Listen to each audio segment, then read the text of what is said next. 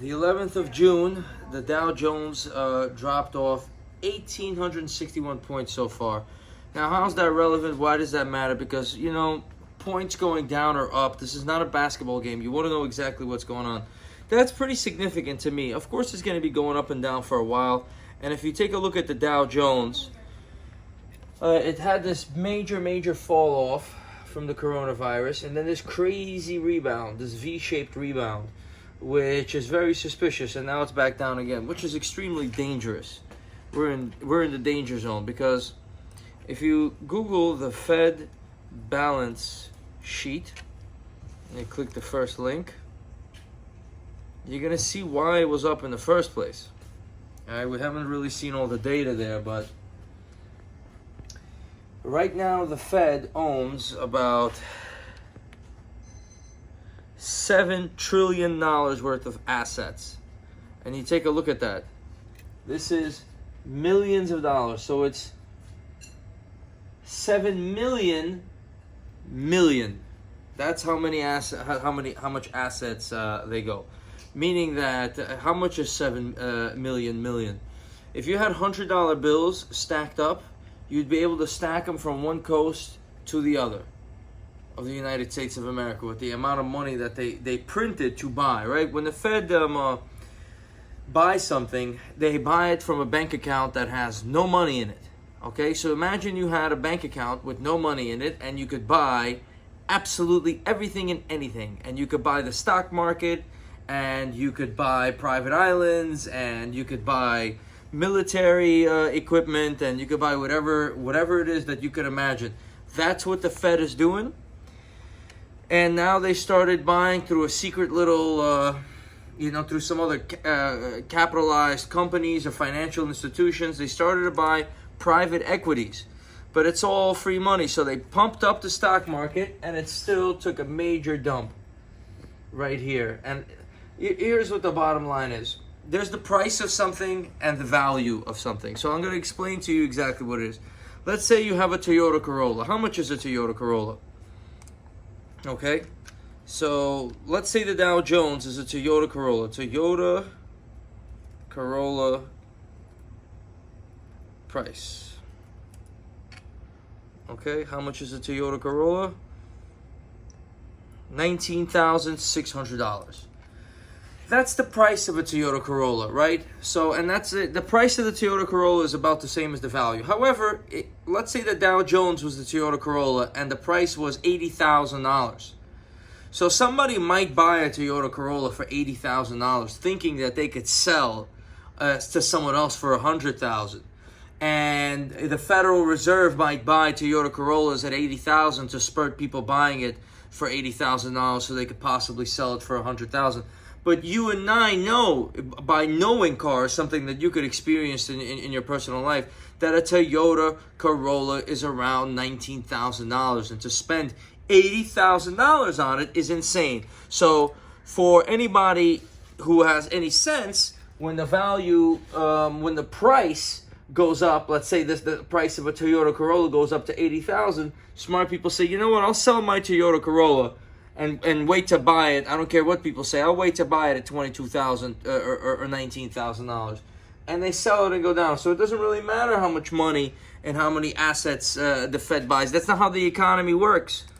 And printing all of this capital to inflate the prices of everything. That's a dangerous thing. And again, this is Trax News. I'm telling you what the truth is. I'm telling you how the economy functions. I'm telling you from what I know. I don't know all the details, but I like to keep things simple. They want to complicate it with monetary policy, and they want to say, what they think is complicated, quantitative easing, right? When they print money, I'll tell you we're printing money, or I'll tell you they're printing money. I'm not going to tell you quantitative easing to dress up some, all right, you're going to punch somebody in the face, and you're going to tell them, you're going to give them a shock physical, interaction. You're punching them in the face. You're not doing a shock physical interaction. It's a fraud. And the people, because they don't teach economics in school, they allow them to be defrauded. So what's going to happen? That's the real question. If I know what's going to happen, what's going to happen? Well, the Dow Jones took a dump today. What's going to happen? Riots in the streets, more of those.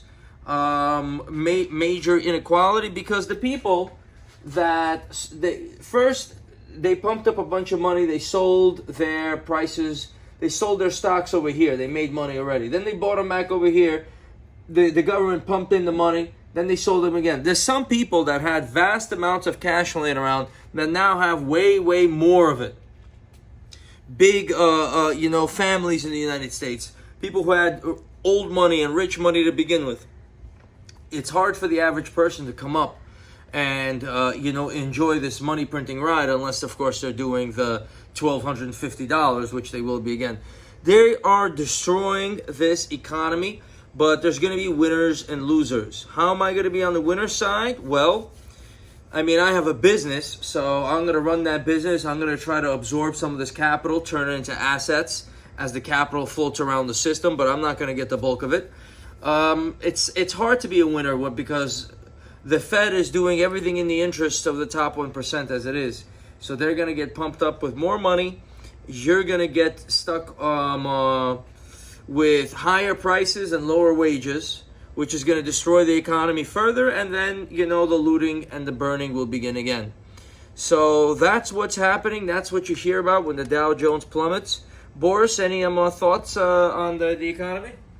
Whatchamacallit, one thing that I could say in response, sort of a counterpoint to the conception that the Fed is printing money and quantitative easing might be a bad thing, is the concept of liquidity. What we want in an economy is money to flow around and to flow around easily. If money is being held by certain people and not being moved from one place to another, that means you're having an illiquid market, and from my background in economics, that's no good. That's when markets contract. So by quantitative easing and by increasing the amount of money that's circulating within the economy and making it more liquid, that's actually increasing the economic potential of the economy. And especially when we're going through coronavirus, investors are having fears and they don't want to buy up right now.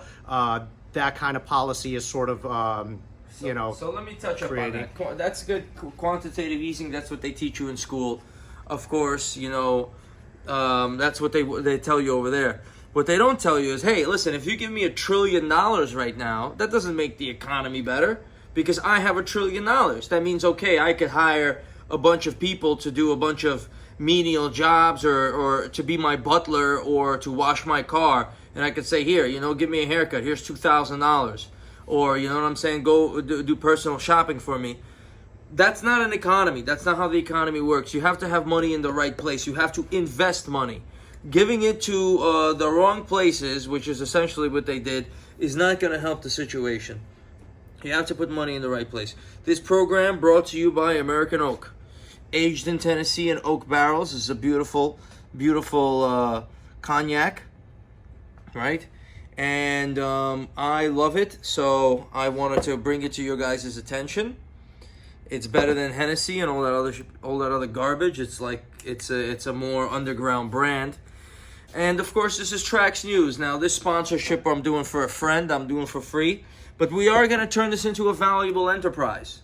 And if you want some shares or transitionary, voluntary labor representations, which are going to result in shares of our organization, which we're going to try to value. Hell, if what the hell's going on, it's worth a shot. You want to join us? You know what to do. Hit the link in our bio. That'll explain everything to you. Join the organization.